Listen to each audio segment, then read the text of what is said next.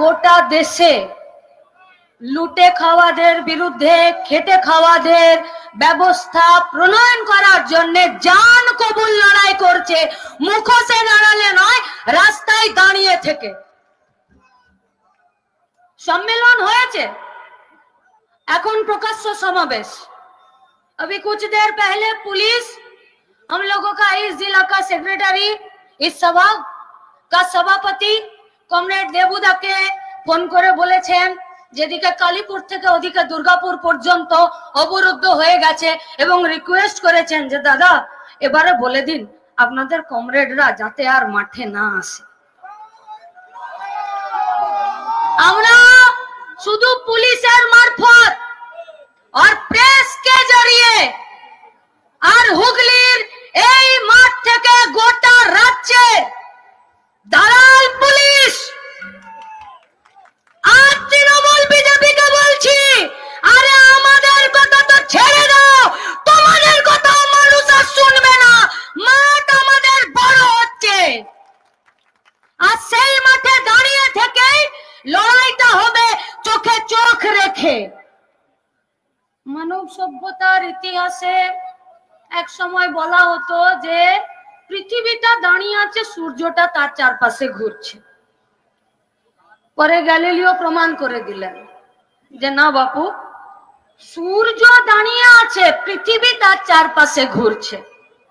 জীবনের অভিজ্ঞতায়, রাজনীতির অভিজ্ঞতায়, সংগঠন করার অভিজ্ঞতায় দেখলাম ঠিক সেরকমই শাসন ক্ষমতায় যখন একটি দল থাকে বা সরকারে থাকে, তার চারপাশে কিছু চোর দুর্নীতিগ্রস্ত দালালরা ঘোরাফেরা করে। এ তৃণমূল গ্যালিলিওকেও মিথ্যা প্রমাণ করে দিল। বলছে এমন এক সরকার আছে যে দুর্নীতিগ্রস্ত দালাল আর চোরেরা এদের চারপাশে ঘোরে না, এই পার্টিটাই সরকারটাই চোর দালাল আর দুর্নীতিদের চারপাশে ঘোরাফেরা করে। কিসে দুর্নীতি হয়নি? চাকরি বিক্রি করেছে আমাদের, গোটা স্বাস্থ্য দপ্তরটাকে আজকে জাল ওষুধ আর সমস্ত রকম দুর্নীতিতে নিমজ্জিত করে দিয়েছে। বালি ঘাটগুলোর দিকে তাকানো যায় না, রেশনের চাল চুরি করে নিল রাজ্যের মন্ত্রী, গোটা শিক্ষা ডিপার্টমেন্টটা জেলের ভেতরে রয়েছে, আর স্বাস্থ্য দপ্তরে উনি বলছেন যতদিন আমি মাথার উপরে আছি একটু রয়ে শুয়ে বসো। ডারউইনের থিওরি বলল মানবের বিকাশের বিবর্তনের ইতিহাসে বোঝা গেল যে মানুষ আস্তে আস্তে বাঁদর থেকে উন্নীত হয়ে মানুষে পরিণত হয়েছে। তৃণমূল এদেরকেও মিথ্যা প্রমাণিত করে দিল। বলল তৃণমূল করতে গেলে আগে মানুষ থেকে বাঁদরে ডেমোর নিচে নামতে হবে, নিচে। যা পারো লুটাপুটে খাও, খেতে না পারলে নষ্ট করে দাও। আমাদের চাকরি থেকে শিক্ষা ব্যবস্থা থেকে শুরু করে স্বাস্থ্য দপ্তর সব জায়গাটা নষ্ট করে দিল, লুটে পুটে শেষ করে দিল। আমাদের 4 দিন ধরে সম্মেলনে এ কথা আলোচিত হয়েছে যে গোটা দুনিয়াতে ফ্যাসিবাদের, গোটা দুনিয়াতে লুটেরাদের, গোটা দুনিয়াতে যারা গরিব মেহনতি মানুষকে পায়ের নিচে বুটের তলায় পিষে দিতে চায় তারা ঐক্যবদ্ধ হচ্ছে। তাহলে আজকের এই মাঠে আমাদের কমরেড বুদ্ধদেব ভট্টাচার্যের নামে, কমরেড সীতারাম ইয়েচুরির নামে লাল ঝান্ডার সিপিআইএম এর 27তম রাজ্য সম্মেলনের আমাদের প্রকাশ্য সমাবেশের শপথ কি হবে? তোমরা লুটে খাওয়ারা জোট বাঁধো, हम लोग খেটে খাওয়ারা জোট বাঁধি। দেখি কার বুকের পাটা কত দূর অবধি আছে। রাস্তাতে দাঁড়িয়ে থেকে লড়াই হবে, শেষ থেকে লড়াই শেষ ছাড়বো, তার আগে নয়। मोदी जी ट्रम्प से मिलने जाते हैं और जब जाते हैं मिलने तब हवाई जहाज में कैमरामैन को बैठाकर उड़ाकर ले जाते हैं। क्यों? चलो ट्रम्पेर संगे गला मिलिए आसि और छबिगुलो भारतवासी के देखाई। যখন হাতে হাত করি আর পায়ে বেড়ি পরিয়ে ভারতীয়দেরকে ওদের দেশ থেকে টেনে নিয়ে এলো, আর যখন এয়ারপোর্টে নামালো তখন সমস্ত প্রেসকে वहां पर जाने पर पाबंदी लगा दिया। क्यों? যাতে ভারতবর্ষের মানুষরা দেখতে না পারে যে বন্দুক প্রীতির আড়ালে ফিরে এরা পরাধীনতার নামে নিজেদের মাথাটা ওই আমেরিকা সাম্রাজ্যবাদের কাছে ফিরে নামিয়ে এসেছে। अरे मोदी साहब, अरे भाजपा वाले, ये सोशल मीडिया का युग है, दौर है, अपनी চাইলেই সবটা লুকিয়ে রাখতে পারবেন না। আর আমাদের লড়াই কি হবে? এই গোটা বিজেপি আরএসএস দক্ষিণপন্থী চরম আগ্রাসী নীতি নিয়ে যাচ্ছে, যে আগ্রাসী নীতিতে প্রত্যেকটা দিন আমাদের কাজের জায়গা কমছে, প্রত্যেকটা দিন এই পশ্চিমবঙ্গের এই ভারতবর্ষের মাটিতে গরিব মানুষের সংখ্যা বাড়ছে, প্রত্যেকটা দিন ভুখমরিयों का সংখ্যা बढ़ रहा है। জবাব দিতে পারবে এদেশের সরকার? জবাব দিতে পারবে এ রাজ্যের সরকার? কেন পশ্চিমবঙ্গের জেলগুলোতে আমাদের যে মেয়েরা সংশোধনাগারে আছে, কেন 196 জন পোয়াতি হয়ে গেল? পারবে জবাব দিতে? জবাব দিতে পারবে কেন গায়ে গায়ে পোয়াতি মাগুলো বাচ্চা হতে গিয়ে শরীরে রক্তের অভাবে মরে যাচ্ছে? জবাব দিতে পারবে পশ্চিমবঙ্গের সমস্ত মেডিকেল কলেজগুলোতে কেন যে বাচ্চাগুলো জন্ম নিচ্ছে তাদের ওজন, তাদের শরীরের পুষ্টিগত গুণ সবকিছু কম হয়ে যাচ্ছে? জবাব দিতে পারবে বাংলার নিজের মেয়ের রাজত্বে আমাদের মেয়েগুলো কেন লাশ কাটা ঘরে পড়ে থাকছে? পারবে? জবাব দিতে পারবে কেন আরজি করের ডাক্তার মেয়েটির ক্ষতবিক্ষত মুখটা দেখে ছাত্র যুবদেরকে গাড়িটাকে নিজেদের জীবনের বাজি রেখে আটকে দিতে হলো? জবাব দিতে পারবে কেন গোটা গ্রাম বাংলার আমাদের মাগুলোর বুকের দুধের জন্য যে আয়রনের ট্যাবলেটটা আইসিডিএস সেন্টার থেকে দেওয়া উচিত, কেন তার সাপ্লাই নেই? জবাব দিতে পারবে কেন আইসিডিএস এর পক্ষ থেকে গায়ে গায়ে শুধুমাত্র ভাত সেদ্ধ আর ডিম সেদ্ধ দিয়ে দিচ্ছে? अरे जो लोग शासन के इर्द गिर्द घूमते हो कभी अपना फैमिली में जाओ और परिवार में जाकर बोलो कि তোমরা একদিন পারবে শুধু এক দলা ভাত শুধু সেদ্ধ খেয়ে বাঁচতে?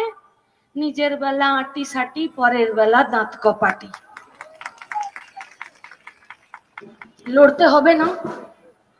পলিসির লড়াই নয়, নীতির লড়াই নয়, বেঁচে থাকার লড়াই নয়, কর্পোরেট মিডিয়া আর কর্পোরেট দালালদের টাকাতে কিছু লোক আছে যারা এই ভুয়ো ভ্রান্তি প্রচার করে বেড়াচ্ছে। কি আরে লাল ঝান্ডাকে ভোট দিয়ে কি হবে?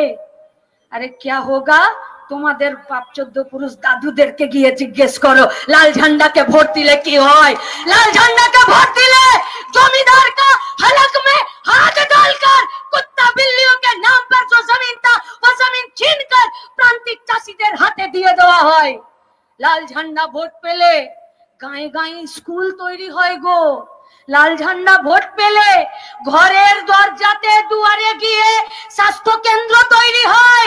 লাল झंडा ভোট পেলে করে দেখিয়েছে জ্যোতি বসু, বুদ্ধদেব ভট্টাচার্যরা লাল झंडाর পার্টি সরকারে থাকলে ক্ষমতা ভোগ করে না, দায়িত্ব পালন করে। আর সেই দায়িত্ব পালন করতে গিয়ে ক্যানেল তৈরি করেছে, রাস্তা তৈরি করেছে, ভর্তুকি দিয়েছে, চাষীকে বাঁচিয়েছে, শ্রমিককে বাঁচিয়েছে, ছাত্র যুবদেরকে বাঁচিয়েছে, মহিলাদেরকে বাঁচিয়েছে। इसीलिए वो लोग डरते हैं। क्यों? যদি বাবা ফিরে লাল ঝান্ডা চলে আসে তাহলে তো একদম ওয়েটিং লিস্ট নয়, কনফার্ম টিকিট কেটে যাবে। কনফার্ম টিকিট কাটতে হবে, কাটতে হবে কনফার্ম টিকিট। গতবার রাজ্য সম্মেলনে কমরেড মোহাম্মদ সেলিম সেক্রেটারি হয়ে কি বলেছিলেন? আমি সেলিমদার কথা নিজেই বলে দিচ্ছি, জানি না, যে ঘুমাতে দেব না। বলেছিলেন না ঘুমাতে দেব না? এবার চলুন আমরা সবাই মিলে বলি ছুটিয়ে ছুটিয়ে মারবো, কাউকে রেয়াত করা যাবে না, কাউকে রেয়াত করা যাবে না। আমাদের কমরেডরা অকথ্য অত্যাচারের মাঝখানে লড়াই করছে। আমাদের কমরেডরা লাগামহীন আক্রমণের মুখে দাঁড়িয়ে লড়াই করছে। আজ এই 27তম রাজ্য সম্মেলনের মঞ্চে, যে মঞ্চে আমরা আমাদের দেশকে এক রাখার শপথ নিয়েছি, যে সম্মেলনে আমরা আমাদের রাজ্যের গরিব খেটে খাওয়া মেহনতি মানুষের জন্য, শ্রমিকের জন্য, কৃষকের জন্য, বন্ধ কারখানার জমিতে ফিরে কারখানা বানানোর জন্য, সারের কালোবাজারি বন্ধ করার জন্য, বাংলার ছেলেগুলোকে পরিযায়ী শ্রমিক হয়ে পিঠে ব্যাগ নিয়ে ট্রেনে ওয়েটিং টিকিট কেটে নিয়ে এই রাজ্য থেকে দূরে না পাঠিয়ে নিজের বাড়ির সামনে কাজ নেবার জন্য আমাদের এই গোটা পশ্চিমবঙ্গে দুর্নীতির বিরুদ্ধে জান কবুল লড়াই করার জন্য যোগ্য প্রার্থীদের, যোগ্য মাস্টার মশাই দিদিমণিদের যোগ্যতার নিরিখে সবাইকে নিজের চেয়ার ফেরত পাঠিয়ে দেবার জন্য আমরা শপথ গ্রহণ করেছি। আজকে সেই সম্মেলন থেকে আপনাদেরকে বলছি, কার দমে পেরেছি আমরা এই শপথ নিতে? বলবেন কমরেড মোহাম্মদ সেলিম, আমাদের পার্টির পুনরায় নির্বাচিত সম্পাদক, মঞ্চে বসে আছেন। আমাদের এই রাজ্যের এগিয়ে থাকা রাস্তায় দাঁড়িয়ে থেকে লড়াই করা, কেস খাওয়া, জেল খাওয়া নেতারা, এই নেতারা মুখ দেখিয়ে নেতা হয়নি, রাস্তায় দাঁড়িয়ে থেকে বন্ধুর হাত, কমরেডদের হাত শক্ত করে ধরে থেকে নেতা হয়েছে। মঞ্চতে শুধু বসে আছে, আপনারা ওদেরকে দেখতে পাবেন আর ওরা আপনাদেরকে দেখতে পাবেন। এর বাইরে আমাদের মঞ্চের আর কোনো প্রয়োজন নেই। সেই সব কর্মীদের ভরসাতেই তো আমরা এই শপথ নিতে পেরেছি। সেই সব সকল কর্মীদেরকে আমরা কথা দিচ্ছি, 27তম রাজ্য সম্মেলনের এই মঞ্চ থেকে, প্রকাশ্য সমাবেশের এই মঞ্চ থেকে চোখের মনির মতো রক্ষা করব আপনাদের। লড়ে যান, লড়ে যান বুথে, লড়ে যাই আমরা। চলুন সবাই নিজের ব্লকে সব দাবি আদায় করার আন্দোলনে জিতে আসার করে জানিয়ে ব্রিগেডের সমাবেশে ফিরে সামিল হব। কি সমাবেশ দেখেছেন ইনসাফের ব্রিগেডে, তার থেকেও বড় সমাবেশ করব। চ্যালেঞ্জ রইল, কই আগার রোক সকে তো রোক নেই। আর সেই সব কর্মীদের উপরে অকথ্য অত্যাচার, আনিস খানের মরার পরে, খুন হয়ে যাবার পরে এসপি অফিস, হাওড়ার গ্রামীণ এসপি অফিসে যখন আমরা তার খুনের বিরুদ্ধে বিচার চাইতে গেলাম, ওরা আমাদেরকে মারলো, ধরলো, অ্যারেস্ট করলো, অকথ্য ভাষায় গালিগালাজ করলো। আমরা জানি এটা শুধু আমাদের সঙ্গে নয়, জাল স্যালাইনের বিরুদ্ধে মেদিনীপুরের কোতোয়ালি থানাতে একই ঘটনা ঘটেছে। আমাদের মায়েদেরকে অপমান করেছে ওরা। গোটা রাজ্যের সব থানাতে, সব জায়গাগুলোতে, ব্লকে ব্লকে পুলিশের এই একই কাজ হয়েছে। আমরা জানি এই লড়াই করতে গেলে কোমরের জোরটাকে শক্ত করেই লড়তে হয়। আমরা সেই কোমরের জোর শক্ত করেই বলছি যে সব পুলিশরা ডিউটি কম আর তৃণমূলের দালালি বেশি করছেন, আর থানাগুলোকে তৃণমূলের পার্টি অফিসার ক্লাবে পরিণত করে দিয়েছেন।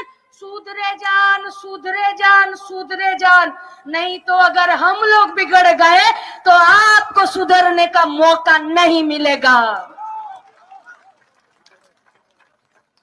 হাতে ফুটো ভাটি নিয়ে পশ্চিমবঙ্গের সব চৌরাস্তায় বসা করাবো দালাল পুলিশদেরকে। লড়তে হবে রাস্তায় দাঁড়িয়ে থেকে। কি করে ভুলে যাব সারের কালোবাজারির জন্য আমাদের কৃষকরা সুইসাইড করছে? কি করে ভুলে যাব সিঙ্গুরের কারখানাটার জন্য এই গোটা রাজ্যের সমস্ত ছেলেপুলেরা আজকে বাইরের রাজ্যে নিজেরা পানির জলে ভেসে যাচ্ছে? কি করে ভুলে যাব এই কোল কমপ্লেক্সটাকে ফিরে বন্ধ করে দিল? কি করে ভুলে যাব গোটা পশ্চিমবঙ্গের একাধিক কয়লা খনিগুলোকে, কাজের জায়গাগুলোকে, রাস্তার ক্ষেত্রগুলোকে, স্টিলগুলোকে সব এরা নষ্ট করে দিচ্ছে, নষ্ট করে দিচ্ছে। बाप का सामान समझ के मोदी सरकार बेच रहा है। ये देश का संपत्ति है, तुम्हारा बाप का संपत्ति नहीं है। ভারতবর্ষের মানুষের খেটে খাওয়া মেহনতি মানুষের ট্যাক্সের, রক্তের, ঘামের পয়সায় তৈরি হয়েছে। मेरे जी को भाया मैंने कुत्ता काट के खाया, বেচে দিল রেল। 100% ধরে প্রাইভেট ইনভেস্টমেন্ট করে দিলে, বিদেশি বিনিয়োগ, বেসরকারি বিনিয়োগ করে দিলে এলআইসি তে।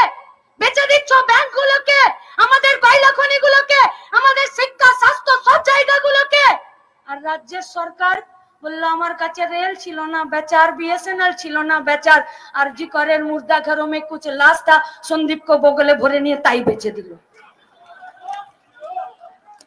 बेचार बिरुद्धे लड़ाई, बेचार बिरुद्धे लड़ाई, সেই লড়াইয়ে নেমেছি। আমার পরে বলবেন আমাদের পার্টির সম্পাদক কমরেড মোহাম্মদ সেলিম সেই লড়াইয়ের বার্তা নিয়ে নিজের বুথে, নিজের ব্লকে, নিজের ওয়ার্ডে, নিজের পঞ্চায়েতে ফিরবো। আর কথা দিচ্ছি গোটা রাজ্য থেকে আগত প্রতিনিধিরা দার্জিলিং থেকে শুরু করে ঝাড়গ্রাম পর্যন্ত আমরা একই শপথ নিয়েছি। কি শপথ? মাঠ ছেড়ে দেব না তো। কাঁধে কাঁধে অনেক অনেক অনেক লাশ বয়েছি। চোখের সামনে দেখেছি মইদুলকে পিটিয়ে মেরেছে, সুদীপ্ত, স্বপন ছুরি দিয়ে বারে বারে স্ট্যাবিং করে কেটে দিল রেখা তামাংয়ের শরীরটা দার্জিলিং এ। সালকো সোরেন পোকাই কেন শরীরটা? রাজিবুল, মনসুর, প্রত্যেকটা দিন আমাদের আনিস, আমাদের স্বপন কোলে, আমাদের ভীমনাথ তিওয়ারি, আমাদের দিলীপ সরকার প্রত্যেককে খুন করেছে। বয়েছি हम लोगों का कॉमरेडों का, हम लोगों का साथियों का लाश। এখনো পর্যন্ত আরজি করে ডাক্তারের মেয়েটির ক্ষতবিক্ষত চেহারাটা আমাদের চোখের সামনে ভাসছে, যেটা আমাদের মনটাকে, আমাদের বুকের ধুকধুকানিটাকে বাড়িয়ে দিয়েছিল। যে সরকারি ডাক্তার যদি সরকারি হসপিটালে এত নৃশংসভাবে মরে যায়, তোরা লড়ে যা। এই লড়াই তোদের শেষ নেই, এই লড়াই তোদের টি20 নয়, এই লড়াই আমাদের টেস্ট ম্যাচ। আর লাল ঝান্ডা জানে শেষ অবধি খেলে ম্যাচ বের করে নিয়ে আসতে। আমরা আমাদের কমরেডদের সাথীদের লাশ যত বয়েছি এক কাঁধে, दूसरे कांधों पर हम लोग लाल झंडा पकड़े हैं। যত এই কাঁধটা লাশের ভারে ভারী হয়েছে, তত এই কাঁধটা লাল ঝান্ডাতে ধরে থাকার জন্য আরো শক্তিশালী হয়েছে। আমাদের কমরেডদের লাশ কাটা ঘর থেকে বের করে নিয়ে আসা, আমাদের কমরেডদের কাঁচা রক্ত মাংসের গন্ধ নাকে লেগে আছে। শান্তি পাবো না যতদিন না পর্যন্ত ধর্মের নামে, ভাষার নামে, লিঙ্গের নামে, জাতির নামে ওরা প্রতিটা দিন আমাদেরকে ভাগ করার চেষ্টা করবে আর আমাদেরকে খুন করবে, আমাদের বিরুদ্ধে মিথ্যে মামলা দেবে। আমরাও জানি, অক্লান্ত পরিশ্রম করে মাঠে দাঁড়িয়ে থেকে সেই লড়াইটাকে লড়তে। হ্যাঁ, कॉमरेड प्रकाश कारात बोले हैं इस हुगली जिला में भी और एक लड़कियों के साथ कुछ कांड ऐसा हुआ कि वो मर गए। চোখ কান খোলা রাখুন। প্রত্যেকটা দিন আমাদের পাড়ায়, আমাদের ঘরে, আমাদের বাড়ির পাশে এরকম ঘটনা ঘটছে। ভয় পাওয়ার দরকার নেই, ভয় পেয়ে গেলে শেষ। আর যাদেরকে ভয় পাওয়াতে হবে তাদের চোখের সামনে দেখিয়ে দিতে হবে যে ডর কে আগে জিত হ্যায়। ভয় পাওয়া যাবে না, জেতার লক্ষ্যে লড়াই করতে হবে। সেই লড়াইয়ে আপনাদেরকে তো আমাদের সবাইকে সাথে নিয়ে শামিল থাকতেই হবে। রবিবারের ক্রিকেট টেস্ট ম্যাচটা দেখেছেন? দেখেছেন? India Pakistan match. আমি অন্য কোনো কথা বলছি না, এখন তো सब समय बाल का खाल निकालने वाला बात है। बस वही काम के लिए कुछ लोगों का वेतन और सैलरी होता है। যেমন করে পরিযায়ী শ্রমিকদের অন্য রাজ্যে গিয়ে বেতন হয়, আর এখানে আমাদের রাজ্যের সরকার মুখ্যমন্ত্রী সে রেভিনিউ এনজয় করে উইদাউট রেসপন্সিবিলিটি। পরিযায়ী শ্রমিকরা হাড় খাটা খাটুনি খেতে তারা বাইরের রাজ্যে 10,000 12,000 বেতন নেয়, মাথা মাইনে পশ্চিমবঙ্গের বাজারে রোল হয়, আর সেখান থেকে রেভিনিউ যাচ্ছে এই রাজ্যের সরকারের ঘরে। কিন্তু পরিযায়ী শ্রমিকদের জন্য এই সরকারের কোনো রেসপন্সিবিলিটি আছে? তাহলে আচ্ছা সে ভালোই আছে, রেভিনিউ আদায় করছে উইদাউট রেসপন্সিবিলিটি। ওরা বলে যে তোমরা কি করতে চাও? আমরা বলছি যে রবিবারের ম্যাচটাকে দেখে নিন।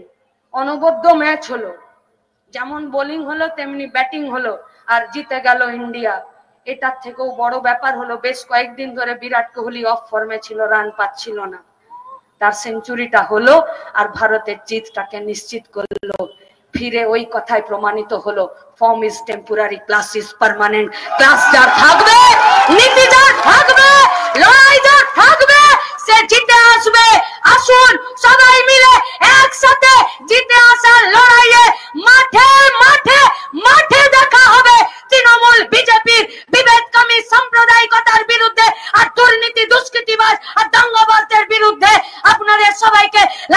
ধন্যবাদ, নমস্কার, প্রণাম জানিয়ে আমার কথা শেষ করছি। ইনকলাব জিন্দাবাদ।